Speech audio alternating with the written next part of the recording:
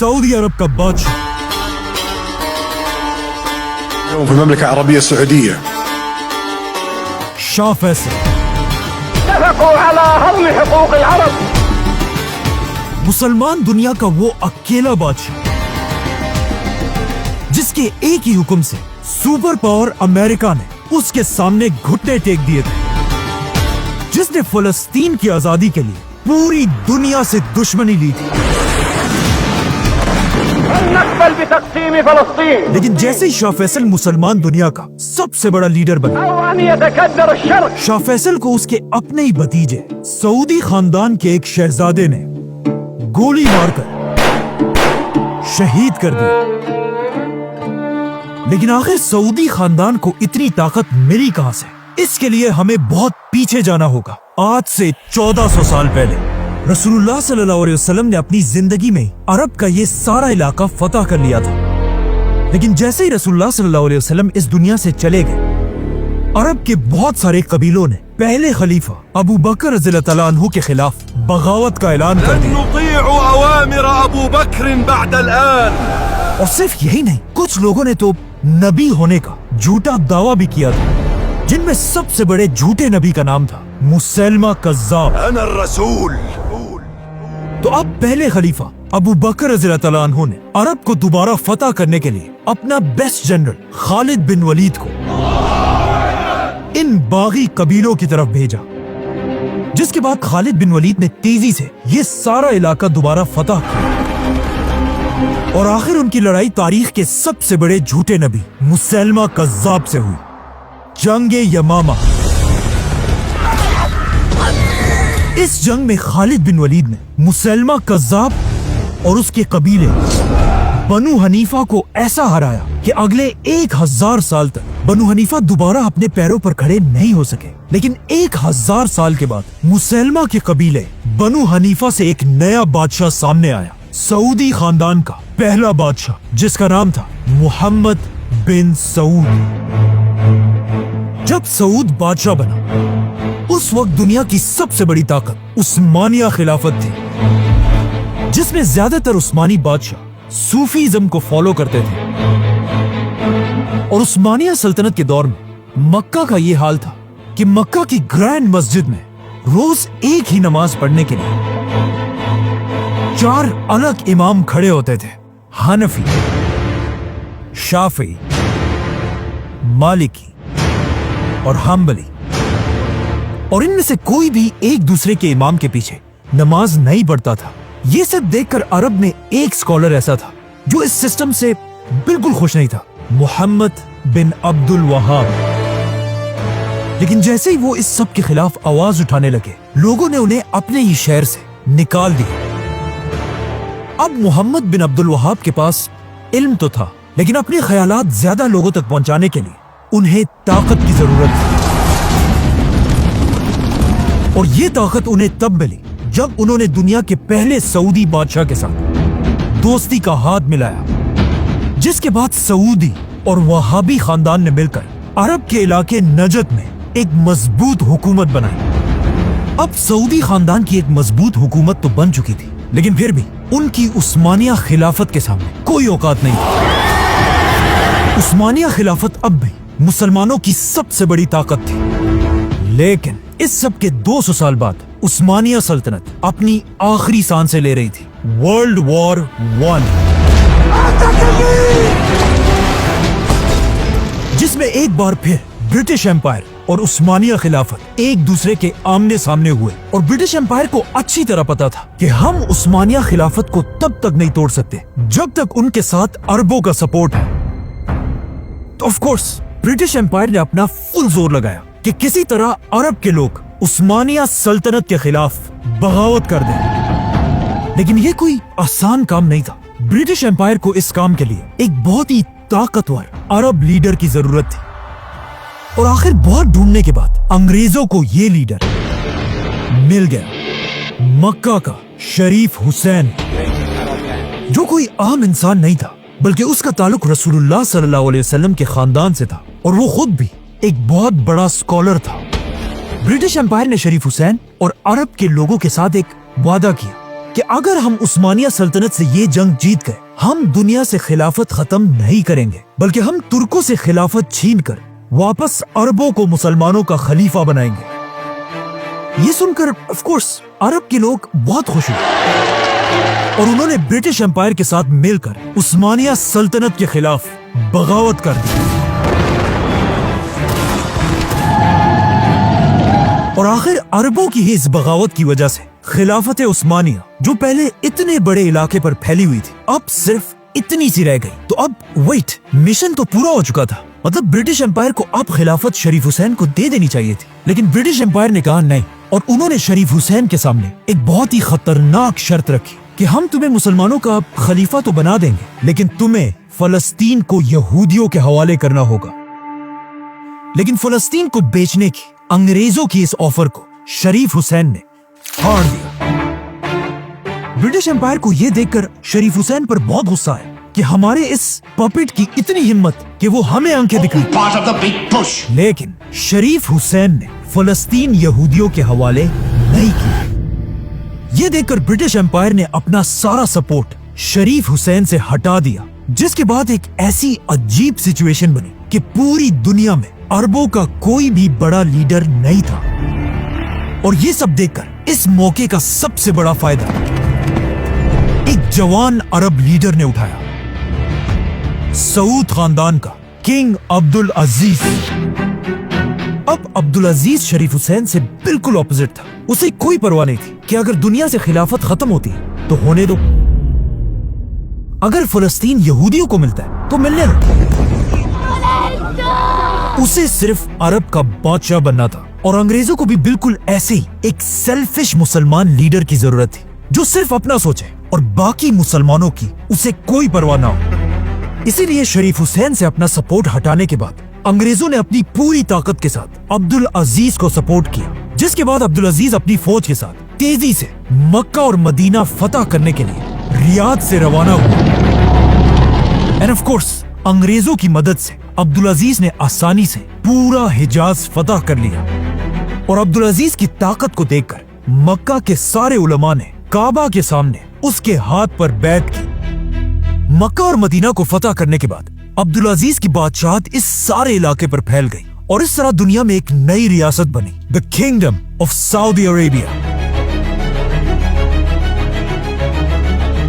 اليوم في المملكة العربية السعودية اور عبدالعزیز اس کا پہلا بادشاہ۔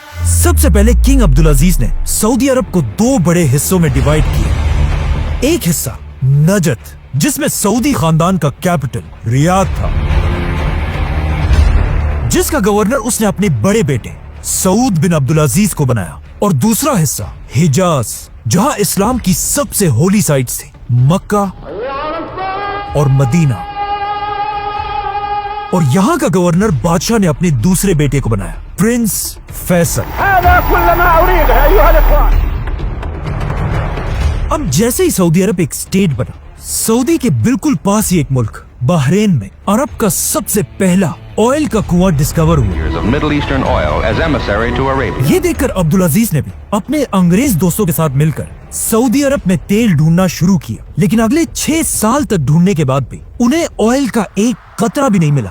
انہی انگریز سائنٹسٹ نے بعد میں اپنی کتاب میں لکھا ہے کہ ایک دن عرب کے ڈیزرٹ سے ایک غریب آدمی ان کے پاس آیا اور ہمیں ہاتھ سے پکڑ کر سعودی عرب کے علاقے دمام کی طرف لے کر گئے، اور ہمیں کہا یہاں پر ڈھونڈو، وہ تمہیں یہیں پر ملے گی، جو چیز تمہیں چاہیے وہ تمہیں یہاں ملے گی۔ اور اس طرح سعودی عرب میں دنیا کی سب سے بڑی آئل کی ڈسکوری ہوئی۔ the world's largest supplier of oil. Now، جیسے ہی سعودی میں آئل کی ڈسکوری ہوئی، عبدالعزیز کی قسمت اتنی اچھی تھی کہ اس کے صرف 1 سال بعد دنیا کی سب سے بڑی جنگ شروع ہوئی، ورلڈ وار 2۔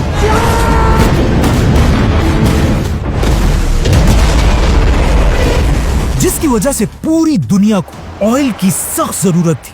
یہ دیکھ کر کنگ عبدالعزیز پوری دنیا کو سعودی کا تیل بیچنے لگا، جس کی وجہ سے سعودی عرب کی اکانومی 2000 ٹائمز بڑھ گئی، اور عبدالعزیز ایک غریب بادشاہ سے اب دنیا کا سب سے طاقتور بادشاہ بنا۔ اس جنگ میں ورلڈ وار 2 میں عبدالعزیز جرمنی کے ہٹلر کے خلاف अमेरिका के साथ मजबूती से खड़ा रहा, discuss mutual problems of trade and relations with Saudi Arabia. लेकिन वर्ल्ड वॉर 2 खत्म होते अब्दुल अजीज के अंग्रेज दोस्तों ने दुनिया में एक नया मुल्क बनाया, इजराइल।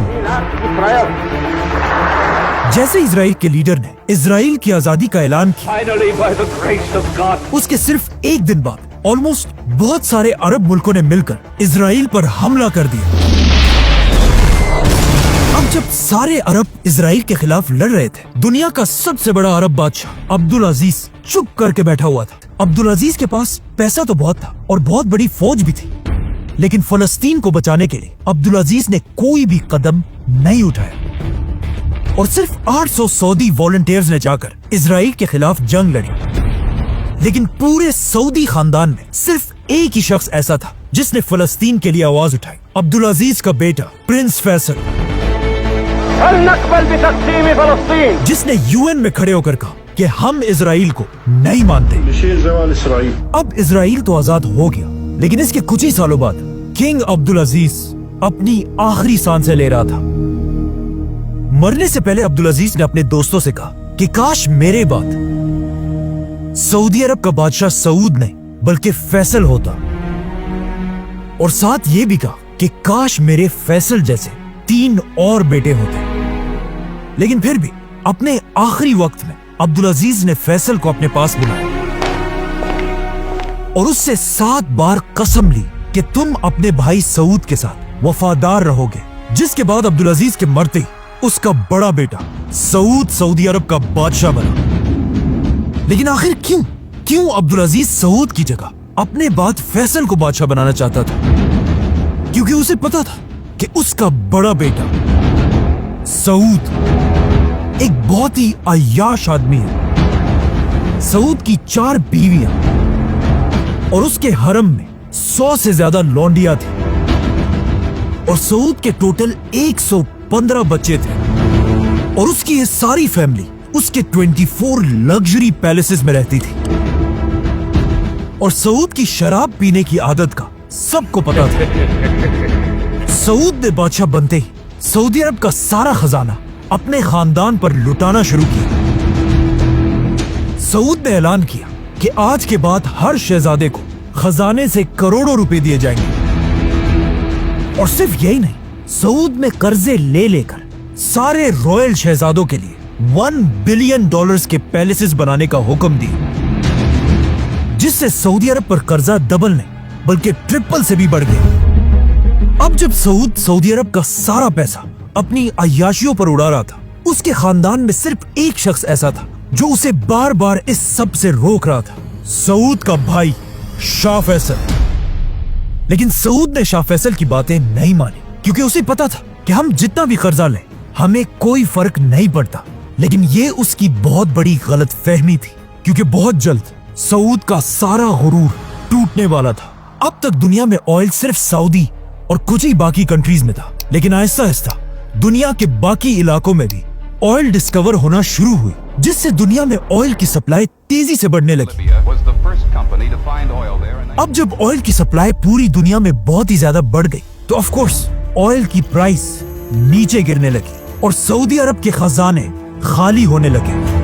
अब सऊद फंस चुका था, क्योंकि उसने कर्जे बहुत ज्यादा ले लिए थे और उन्हें वापस करने के लिए सऊद के पास पैसे नहीं थे। लेकिन इस सब के बाद भी सऊद अपनी अय्याशी की जिंदगी गुजारता रहा। ये देखकर सऊद को उसके भाई फैसल ने बहुत समझाया कि तुम्हारी इन अय्याशियों से ये मुल्क तबाह हो जाएगा, लेकिन सऊद ने फैसल की बात नहीं मानी। आखिर फैसल ने गुस्से में आकर अपनी प्राइम मिनिस्टर की पोस्ट से रिजाइन कर दी और सऊदी अरब छोड़कर चला गया। फैसल के जाने के बाद सऊदी अरब के हालात और भी ज्यादा खराब हो गए और सिर्फ 2 सालों में सऊदी अरब तारीख में पहली बार बैंकरप्ट होने के बिल्कुल करीब खड़ा था। ये सब देखकर सबको समझ आ गई कि अब सऊदी अरब को तबाह होने से सिर्फ एक ही आदमी बचा सकता है, शहजादा फैसल। ये देखकर सऊदी खानदान और वहाबी खानदान ने मिलकर फैसल के सामने हाथ जोड़े कि आप प्लीज अपने भाई सऊद को हटाकर खुद सऊदी अरब के बादशाह बन जाएं, वरना ये मुल्क तबाह हो जाएगा। अब आप ही हमारी मदद कर सकते लेकिन फैसल ने कहा नहीं, मैं ऐसा नहीं कर सकता, क्योंकि फैसल को वो दिन याद था जब उसने अपने बाप अब्दुल अजीज के सामने कसम खाई थी कि वो हमेशा सऊद के साथ वफादार रहेगा। इसीलिए फैसल ने कहा कि नहीं, बादशाह सऊद ही रहेगा। मैं उसके अंडर प्राइम मिनिस्टर बनकर सऊदी अरब को बचाने की कोशिश करूंगा। सऊद ने फैसल की ये ऑफर एक्सेप्ट कर ली और सारी ताकत प्राइम मिनिस्टर फैसल के हवाले कर दी। फैसल ने आते ही सबसे पहले शहजादों की सारी आयाशियां खत्म कर दी, उनको दिए जाने वाले करोड़ों रुपए बंद कर दिए और इन शहजादों के लग्जरी पैलेसेस छीनकर वहां गवर्नमेंट ऑफिसेस बनाए। और सबसे बड़ा काम फैसल ने यह किया कि तारीख में पहली बार सऊदी अरब से स्लेवरी खत्म कर दी। शाह फैसल ने अपने खजाने से हर गुलाम के मालिक को $2000 देकर उसे आजाद कर दिया। इस तरह एक ही दिन में हजारों गुलाम आजाद हो गए। और सऊदी की इकोनॉमी ठीक करने के लिए शाह फैसल ने एक ताकतवर आदमी से कर्जा भी लिया, जो उस वक्त सऊदी का सबसे अमीर आदमी था, जिसका नाम था मोहम्मद बिन लादेन। फैसल ने पूरी दुनिया से इस्लामिक स्कॉलर्स को सऊदी बुलाया ताकि ये स्कॉलर्स सऊदी के एलीट खानदान के बच्चों को इस्लाम सिखा सके। बाय द वे, इन्हीं इस्लामिक स्कूल्स में उसी सऊदी के सबसे रिच आदमी मोहम्मद बिन लादेन का बेटा भी पढ़ता था, Osama bin Laden. Give us Osama bin Laden, dead or alive. Faisal के इन जबरदस्त कामों से अब सऊदी अरब दोबारा मजबूत होने लगा, लेकिन पूरी दुनिया को अच्छी तरह पता था कि सऊद सिर्फ नाम का बादशाह है और सारी ताकत असल में फैसल के पास है। इस सब के दौरान किंग सऊद अमेरिका में आराम से बैठा हुआ था, लेकिन जब 1 साल के बाद वो वापस सऊदी आया और वापस आकर उम्रा करने के लिए गया, लेकिन उम्रा करने के दरमियान ही उसे समझ आ गई कि अब लोग उसे वो इज्जत नहीं दे रहे जो एक बादशाह को मिलनी चाहिए, और उसे समझ आ गई कि अब लोग उसे बादशाह समझते ही नहीं। और यहाँ से सऊद आहिस्ता आहिस्ता अपने भाई फैसल से नफरत करने लगा। और सिर्फ यही नहीं, बल्कि उसके अयाश बेटे उसे फैसल के खिलाफ भड़काने लगे, क्योंकि फैसल ने आते ही इन सारे शहजादों की अयाशियां खत्म कर दी थी। तो अब सऊद और उसके बेटे मिलकर फैसल को हटाने की साजिश करने लगे। सऊद और उसके बेटे पैसे देकर लोगों को फैसल के खिलाफ करने लगे, जिसका फैसल को अच्छी तरह पता था, लेकिन फैसल ने बादशाह के खिलाफ कोई कदम नहीं उठाया। असल मसला तब बना जब सऊद ने फैसल की तरफ एक लेटर भेजा जिसमें लिखा था, फैसल, तुम अपनी औकात में रहो और याद रखो कि बादशाह मैं हूँ, और मैं तुम्हें हुक्म देता हूँ कि मेरे 2 बेटों को सऊदी अरब के टॉप मिनिस्टर्स बनाओ, वरना मैं अपनी रॉयल फौज भेजकर तुम्हें गिरफ्तार कर लूंगा। जैसे ही फैसल ने बादशाह का ये खत पढ़ा, उसने ये खत अपने भाई को दिया, जिसने सीधा जाकर बादशाह के मुंह पर ये खत फाड़ दिया। अपनी ये बेइज्जती देखकर बादशाह को बहुत गुस्सा आया और उसने फौरन अपनी रॉयल फौज फैसल को गिरफ्तार करने के लिए उसके महल की तरफ भेजी। बादशाह की रॉयल फौज ने जाकर फैसल के महल को हर तरफ से घेर लिया, लेकिन फनी बात यह कि फैसल के पास इतनी ताकत थी और उसका इतना रोब था कि जैसे ही फैसल अपने महल से बाहर निकला, बादशाह की फौज की काम पे टांगने लगे और उन्होंने फैसल को देखकर उसे गलती से सलूट कर दिया, जिसे देखकर फैसल इन गार्ड्स पर हंसने लगा। लेकिन फिर भी ये गार्ड्स फैसल को गिरफ्तार करने के लिए खड़े रहे। यहाँ तक कि कहा जाता है कि बादशाह ने फैसल को मारने की कोशिश भी की। ये सब देखकर आखिर फैसल ने अपने बाप से की हुई कसम तोड़ दी और कहा अब और बस है। सऊद सारी हदें पार कर चुका है। अब सऊद के पास तो सिर्फ थोड़े से रॉयल गार्ड्स थे, लेकिन सऊदी अरब की पूरी फौज फैसल को अपना लीडर मानती थी। तो सबसे पहले फैसल ने हुक्म दिया कि सारे पैलेसेस से हमारी औरतों और बच्चों को निकाल दिया जाए, क्योंकि अब फैसला तलवार से होगा। फैसल के एक ही इशारे से पूरी सऊदी फौज तेजी से बादशाह के महल की तरफ बढ़ने लगी और बादशाह के महल को हर तरफ से घेर लिया। अब फैसल और सऊद एक स्टैंड ऑफ में खड़े थे, लेकिन फैसल की फौज बादशाह से बहुत ज्यादा थी, इसीलिए बादशाह अपनी फौज को लेकर पीछे हट गया और हालात इतने बिगड़ चुके थे कि अब इन दोनों भाइयों फैसल और सऊद का फैसला करने के लिए सऊदी अरब का मुफ्ती आजम मक्का से कैपिटल की तरफ आया, जो वहाबी खानदान का लीडर था। सऊद ये देखकर हैरान रह गया कि उसका अपना खानदान और सऊदी अरब के सारे उलमा बादशाह को छोड़कर फैसल के साथ खड़े थे। लेकिन क्यों, आखिर क्यों सब बादशाह को छोड़कर फैसल के साथ खड़े थे? इसकी दो बड़ी रीजंस है। एक तो फैसल ऑफ कोर्स एक बहुत ही ज़हीन और जबरदस्त लीडर था, लेकिन इसकी एक और भी इम्पोर्टेंट वजह थी। इस सब से 200 साल पहले अरब के दो बड़े खानदान सऊद और वहाबी खानदान ने मिलकर पहली सऊदी रियासत बनाई थी, और आज तक यही दो खानदान सऊदी अरब के सबसे पावरफुल खानदान थे। और फैसल ऐसा अकेला आदमी था जो इन दोनों खानदानों का शहजादा था, क्योंकि फैसल का बाप अब्दुल अजीज सऊद खानदान से था और उसकी माँ तरफा मोहम्मद बिन अब्दुल वहाब के खानदान से थी। इसीलिए अब दोनों खानदानों ने मिलकर बादशाह सऊद के खिलाफ शहजादे फैसल को सपोर्ट किया। आखिर ये सब देखकर फाइनली सऊद अपने तख्त से हट गया और शहजादा फैसल सऊदी अरब का नया बादशाह बना। King Faisal, a desert warrior. أن يتكدر الشرق और बादशाह बनते ही फैसल ने अपनी पहली स्पीच की ونحن حينما نصارع और कहा कि ए लोगों, मुझे अपना बादशाह नहीं बल्कि अपना दोस्त और नौकर समझो, ونحن أيها الإخوة क्योंकि तुम्हारा बादशाह मैं नहीं बल्कि इस पूरी कायनात का सिर्फ एक ही बादशाह है, और मेरा ये तख्त कोई तख्त नहीं, तख्त भी सिर्फ अल्लाह का ही है। अब फैसल बादशाह तो सऊदी अरब के उलमा के सपोर्ट से बना था, लेकिन बादशाह बनते ही शाह फैसल ने कुछ ऐसे काम किए जिससे उलमा फैसल के खिलाफ होने लगे। फैसल ने बादशाह बनते ही लड़कियों के स्कूल्स, यूनिवर्सिटीज और इवन सऊदी अरब का पहला टीवी चैनल भी खोला, जिसमें मेल एंकर्स तो थे ही, साथ ही एक फीमेल एंकर भी थी। लेकिन सऊदी अरब के उलमा ये सब बर्दाश्त नहीं कर सकते थे। यहाँ तक कि एक दिन एक यूनिवर्सिटी के प्रोफेसर ने सऊदी न्यूज़पेपर में एक आर्टिकल लिखा जो एक बहुत ही सिंपल सी बात थी कि जमीन हमेशा सूरज के गिर्द घूमती है, सूरज जमीन के गिर्द नहीं। ये न्यूज़पेपर पूरे सऊदी अरब में फैल गया, लेकिन जब इस आर्टिकल का सऊदी अरब के बड़े मुफ्ती शेख बिन बाज को पता चला तो उन्होंने ऐलान किया कि ये सब बिल्कुल झूठ है, और फिर खुद न्यूज़पेपर में आर्टिकल लिखा कि जमीन सूरज के गिर्द नहीं बल्कि सूरज जमीन के गिर्द घूमता है। जमीन तो साकिन है बेटा। शेख बिन बाज का ये आर्टिकल सिर्फ सऊदी में नहीं बल्कि पूरी दुनिया में फैल गया, जिसके बाद पूरी दुनिया में लोग सऊदी अरेबिया और उसके उलमा पर हंसने लगे, और इसी के साथ शाह फैसल का भी मजाक उड़ने लगा। जैसे ही फैसल को ये बात पता चली, उसने हुक्म दिया कि जिन न्यूज़पेपर्स में ये बात छपी है उन सारों को जमा करके आग लगा दी जाए, जिससे सऊदी उलमा और भी ज्यादा फैसल के खिलाफ खड़े होने लगे।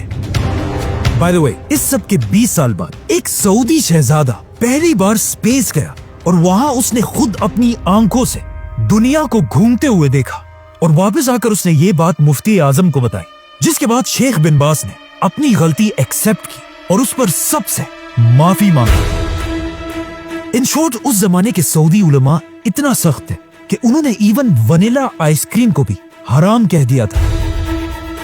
लेकिन आखिर सऊदी उलमा और फैसल की जंग तब शुरू हुई जब उसने सऊदी का पहला टीवी चैनल बनाया। एंड ऑफ कोर्स सऊदी उलमा तो टीवी को हराम समझते थे, तो वो हर तरफ टीवी के खिलाफ प्रोटेस्ट करने लगे। यहाँ तक कि एक शहजादे ने जाकर फैसल के टीवी स्टेशन पर हमला कर दिया और वहां पुलिस ऑफिसर्स पर फायरिंग करने लगा। इसी फायरिंग के दौरान एक पुलिस ऑफिसर ने अपने आप को बचाने के लिए इस सऊद खानदान के शहजादे को गोली मार दी और वो मर गया, जो एक बहुत ही खतरनाक बात थी। इस शहजादे का बाप सीधा अपने भाई बादशाह फैसल के पास गया और उसे कहा, ये पुलिस वाला मेरे हवाले करो ताकि मैं इसका सर काट दूं। लेकिन फैसल ने कहा, नहीं, पुलिस वाला तो बस अपनी ड्यूटी कर रहा था, गलती तुम्हारे बेटे ने की थी, और जब तक मैं सऊदी का बादशाह हूं, जो भी कानून तोड़ेगा, चाहे वो शहजादा हो या कोई आम आदमी, उसे सजा मिलकर रहेगी। मतलब अब फैसल ने एक आम पुलिस वाले को बचाने के लिए अपने ही खानदान सऊद खानदान के साथ दुश्मनी ली थी। इस शहजादे की मौत को याद रखें, क्योंकि इसी शहजादे की मौत की वजह से आगे जाकर शाह फैसल को भी शहीद किया गया था। ये सब तो सऊदी के अंदर हो रहा था, लेकिन सऊदी अरब के बाहर भी फैसल आहिस्ता आहिस्ता एक इंटरनेशनल लीडर बन रहा है। Her Majesty warmly welcomed the dignified Middle Eastern ruler. क्योंकि जैसे ही फैसल बादशाह बना, उसके कुछ ही अरसे बाद एक बहुत बड़ी जंग शुरू हुई Pakistan versus India. Why the Indians are so anxious to precipitate this war? जिसमें फैसल ने पाकिस्तान को फुल सपोर्ट किया और पाकिस्तान की फौज की मदद के लिए सस्ता तेल भेजने लगा, जिससे पाकिस्तान और सऊदी एक दूसरे के बहुत ही करीब आने लगे। और सिर्फ यही नहीं, बल्कि पाकिस्तान और इंडिया की जंग के बाद एक और जंग भी हुई, इजराइल और अरबों की जंग। Arab states went to war with the Israelis. अब इजराइल के साथ पहली जंग में फैसल के बाप अब्दुल अजीज ने फलस्तीनियों की कोई मदद नहीं की थी, लेकिन अब जब फैसल सऊदी अरब का बादशाह था, उसने अपनी 20,000 की फौज के साथ फलस्तीन और अरबों की मदद की।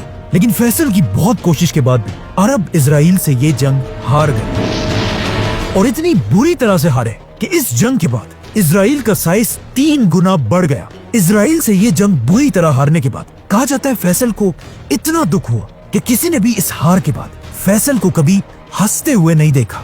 और फैसल हर टाइम सिर्फ एक ही टेंशन में था कि किस तरह अब इजराइल से बदला लिया जाए। इजराइल ने इस जंग में जिन मुसलमान मुल्कों को तबाह किया था, फैसल ने अपने खजाने से उन सारे मुसलमान कंट्रीज को दोबारा अपने पैरों पर खड़ा किया। और यहाँ से फैसल पूरी दुनिया से फाइटर जेट्स, टैंक्स और वॉर शिप्स खरीदने लगा ताकि सऊदी फौज को ताकतवर बनाकर फैसल इजराइल से बदला ले सके।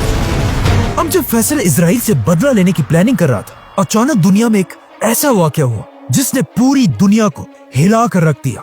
एक दिन एक क्रिश्चियन आदमी ने जेरूसलम में मुसलमानों की तीसरी सबसे होली साइट मस्जिद अक्सा को आग लगा दी, जिससे पूरी दुनिया के मुसलमान इजराइल के खिलाफ खड़े हुए। इस क्रिश्चियन ने मस्जिद अक्सा के अंदर सलाउद्दीन अयूबी के मिंबर को आग लगाई थी। ये वो मिंबर था जिसे सलाउद्दीन अयूबी ने 800 साल पहले खुद इस जगह पे रखा था, और अब ये मिंबर जलकर राख हो चुका था। और आहिस्ता आहिस्ता ये आग इतनी बढ़ गई कि मस्जिद अक्सा की छत का एक हिस्सा भी गिर गया। इस सब के बाद जब उस क्रिश्चियन से पूछा गया कि तुमने आखिर ऐसा क्यों किया, तो उसने जवाब दिया कि मैंने ये इसलिए किया कि जीसस क्राइस्ट दुनिया में तभी आएंगे जब मस्जिद अक्सा तबाह हो जाएगी। लेकिन अब इजराइल की हुकूमत की डिटाई देखे कि मस्जिद अक्सा को आग लगाने के बाद भी इजराइल की अदालत ने इस आदमी को कोई सजा नहीं दी entered as not guilty. और कहा कि यह आदमी कोई टेररिस्ट नहीं बल्कि एक पागल है। लेकिन अब अगर यही सब किसी मुसलमान ने किया होता तो पूरी दुनिया ने मिलकर उसे टेररिस्ट कहना। Islam does not deserve to call itself a religion of peace. Islam is not a religion of peace. मतलब हमारा टेररिस्ट टेररिस्ट और तुम्हारा टेररिस्ट पागल।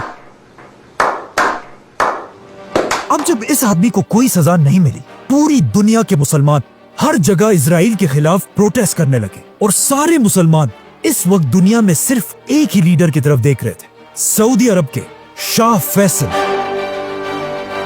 तो अब ये सब देखकर फैसल ने पूरी दुनिया के मुसलमान लीडर्स को एक जगह जमा होने का हुक्म दिया और इसी कॉन्फ्रेंस में एक इस्लामिक ऑर्गेनाइजेशन बनाने का ऐलान हुआ जिसका नाम था OIC, जिससे ऑफ कोर्स फैसल मुसलमान दुनिया का सबसे बड़ा लीडर बना। अब फैसल को मौका मिल चुका था कि वो पूरी दुनिया के मुसलमानों को इजराइल के खिलाफ यूनाइट करे।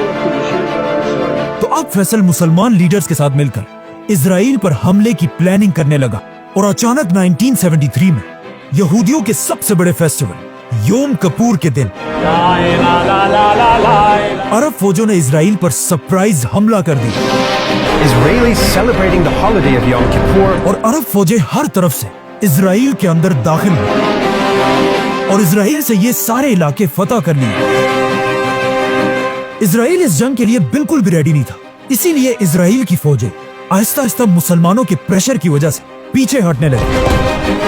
ये देखकर किंग फैसल ने मुसलमानों की फौज की तरफ मैसेज भेजा कि आज मेरे बेटों, तुमने हमारा सर फख्र से बुलंद कर दिया, लेकिन अब रुकना नहीं है, इजराइल के खिलाफ आगे बढ़ते रहो। ऐसा लग रहा था कि मुसलमान अब कुछ ही दिनों में इजराइल को बिल्कुल क्रश कर देंगे। लेकिन यहाँ इजराइल की मदद के लिए वो आया जिसका फैसल को डर था, सुपर पावर अमेरिका।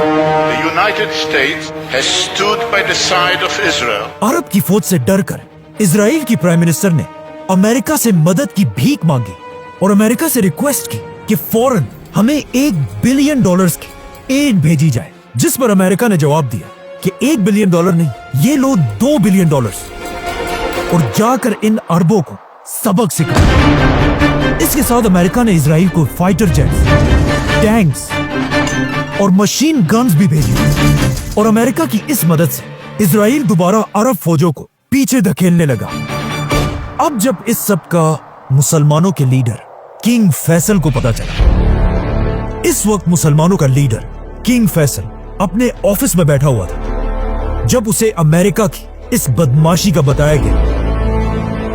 फैसल को अमेरिका की इस हरकत पर इतना गुस्सा आया कि फैसल ने उसी वक्त अपना फोन उठाया और कहा फौरन ऑयल मिनिस्टर को मेरे सामने हाजिर किया जाए।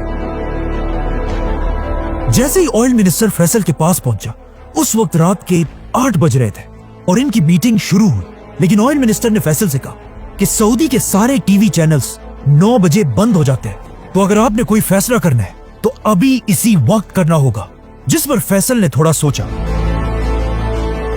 और कहा, लिखो, मैं सऊदी अरब का बादशाह फैसल बिन अब्दुल अजीज ये हुक्म देता हूं कि अमेरिका के तरफ भेजे जाने वाले सारे ऑयल को रोक दिया जाए और आज के बाद अमेरिका को अरब की तेल का एक कतरा भी नहीं मिलेगा।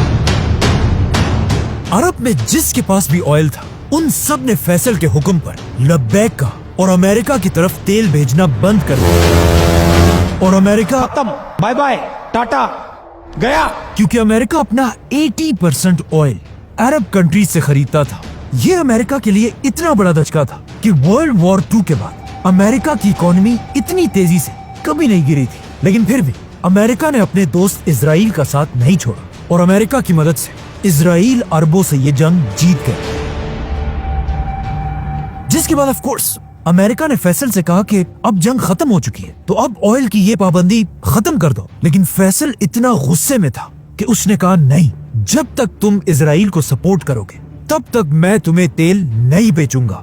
और यहां से फैसल ने अमेरिका बल्कि पूरी दुनिया को अपनी असल ताकत दिखाई। फैसल ने अरब ऑयल को एक वेपन में बदल दिया, जिससे अमेरिका की इकोनॉमी बिल्कुल टूट गई। अमेरिका में लोगों के पास गाड़ियां चलाने के लिए भी तेल नहीं था, बल्कि पेट्रोल स्टेशंस में बड़ा बड़ा लिखा होता था कि तेल को छोड़ो, गॉड को याद करो। और अमेरिका जैसी सुपर पावर कंट्री में पहली बार लोड शेडिंग और ब्लैकआउट्स होने लगे और लोग दोबारा कैंडल्स और लकड़ियां जलाने लगे। अमेरिका में 5 लाख लोगों की जॉब्स चली गई। और सबसे बड़ी बात यह थी कि जिस साल फैसल ने अमेरिका पर पाबंदी लगाई, उस साल अमेरिका का सबसे बड़ा फेस्टिवल क्रिसमस मनाया ही नहीं गया, बल्कि क्रिसमस की रात को, जो हमेशा लाइट से भरी होती थी, इस बार पूरे अमेरिका में सिर्फ और सिर्फ अंधेरा था। फैसल की ताकत का अंदाजा सिर्फ वेस्ट में अमेरिका को नहीं, बल्कि ईस्ट में जापान को भी हुआ। और जापान में कहा जाने लगा कि एटम बॉम्ब के बाद फैसल की पाबंदी जापान के लिए सबसे बड़ा क्राइसिस था। अब जब अमेरिका के हालात बहुत ही खराब हो गए, अमेरिका की बर्दाश्त की हद खत्म हो गई और अमेरिका में सीक्रेट मीटिंग्स होने लगी, जिसमें अमेरिकन ये प्लान करने लगे कि अगर फैसल ने ये पाबंदी खत्म नहीं की तो अमेरिका अपनी पूरी ताकत के साथ फैसल के सऊदी अरब पर हमला कर देगा और उसे हटाकर किसी और शहजादे को तख्त पर बिठा देगा। जब फैसल को अमेरिका की इस प्लानिंग का पता चला, उसने अमेरिका को क्लियर मैसेज भेजा कि अगर तुमने मुझ पर हमला किया तो मैं अरब के सारे तेल के कुओं को आग लगा दूंगा।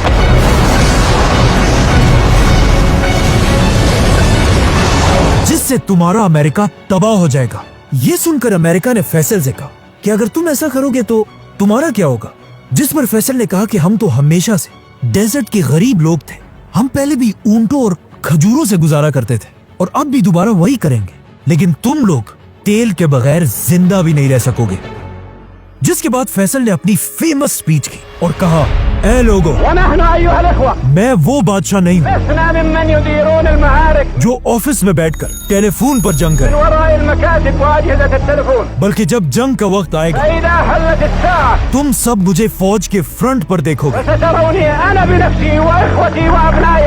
और मुझे पता है कि हमारे इन खतरनाक फैसलों से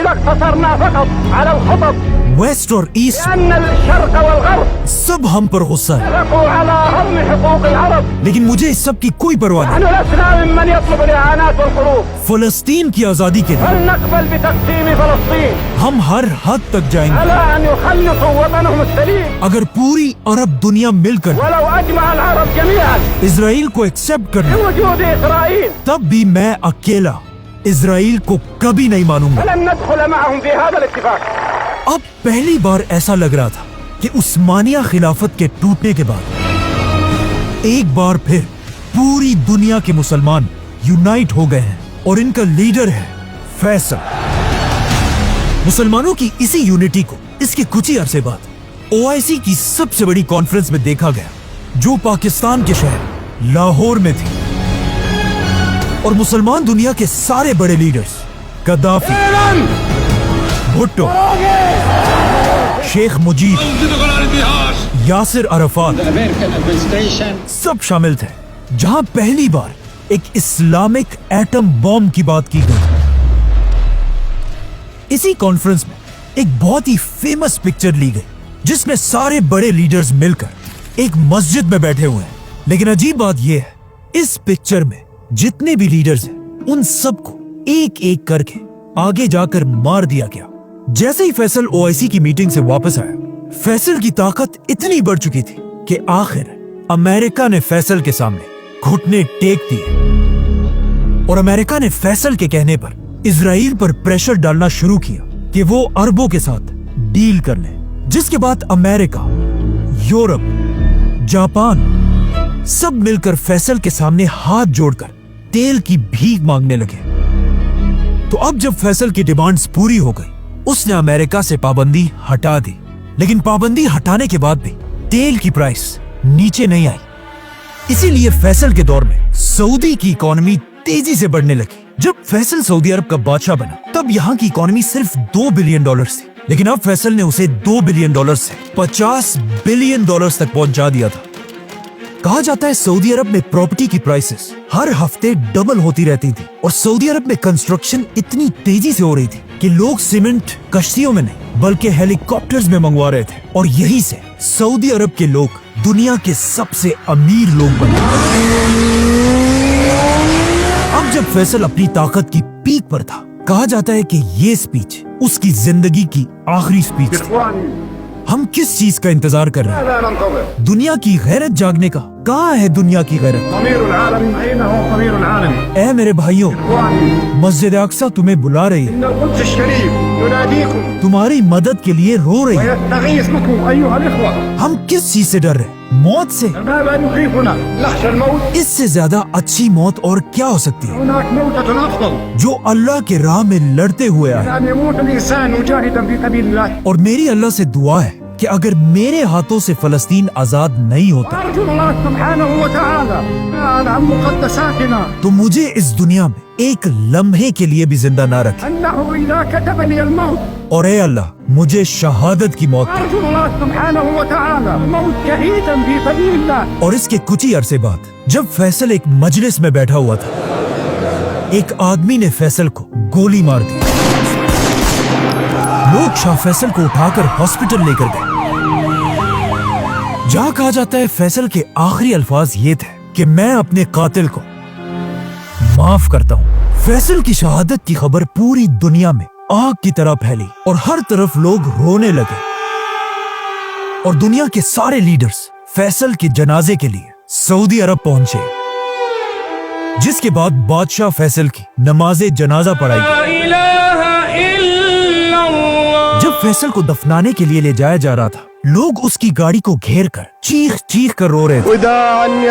और ये सारा कुछ उसी टीवी चैनल पर दिखाया जा रहा था जिसे फैसल ने शुरू किया था. और एंकर रो रो कर कह रहा था कि आज पूरी उम्मत मुस्लिमा का बाप मर चुका है.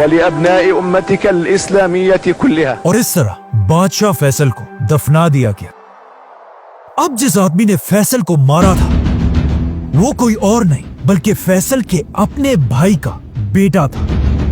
इसीलिए जब वो गन लेकर शाह फैसल की तरफ जा रहा था, किसी ने उसे नहीं रोका, क्योंकि वो खुद भी एक शहजादा था.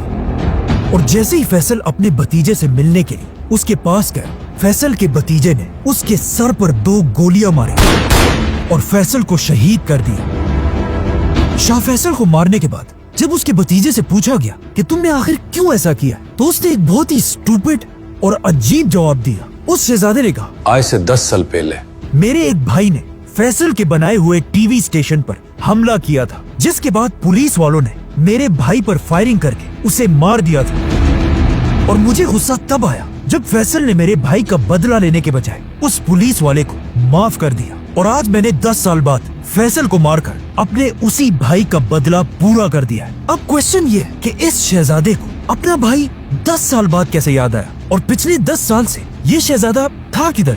ये शहजादा पिछले 10 साल से अमेरिका में एक अय्याशी की जिंदगी गुजार रहा था और वहाँ क्लब्स, ड्रग्स और गर्लफ्रेंड्स पर अपने सारे पैसे उड़ा रहा था। बल्कि ये इतना अय्याश था कि एक बार अमेरिका में इस शहजादे को ड्रग्स यूज करने पर गिरफ्तार भी किया गया था। मतलब 10 साल तक इसको अपने भाई के मरने की कोई परवाह नहीं थी। फैसल पर हमले से कुछ ही अरसा पहले ये अमेरिका से वापस सऊदी आया। आज दुनिया के बहुत सारे लोग समझते हैं कि फैसल को किसी बदले की वजह से नहीं, बल्कि अमेरिका और इजराइल पर पाबंदी की वजह से मारा गया था। क्योंकि अगर देखा जाए, फैसल के मरते ही सबसे बड़ा फायदा अमेरिका और इजराइल को ही हुआ था, क्योंकि फैसल की शहादत के फौरन बाद इजराइल और अरबों ने दोस्ती का हाथ मिलाया और सारे अरब कंट्रीज आहिस्ता आहिस्ता इजराइल को एक्सेप्ट करने लगे। और फैसल के बाद आज तक किसी भी सऊदी बादशाह ने दोबारा अमेरिका के सामने सर उठाने की हिम्मत भी नहीं की। फैसल की शहादत के कुछ ही घंटों बाद सऊदी खानदान ने अपना नया बादशाह सेलेक्ट किया, किंग खालिद बिन अब्दुल अजीज, जिसने आते ही हुक्म दिया कि फैसल पर हमले करने वाले शहजादे का सबके सामने सर काट दिया जाए। लेकिन नए बादशाह के आते ही मुसलमानों की तारीख का सबसे खतरनाक वाकया पेश आया, काबा पर हमला।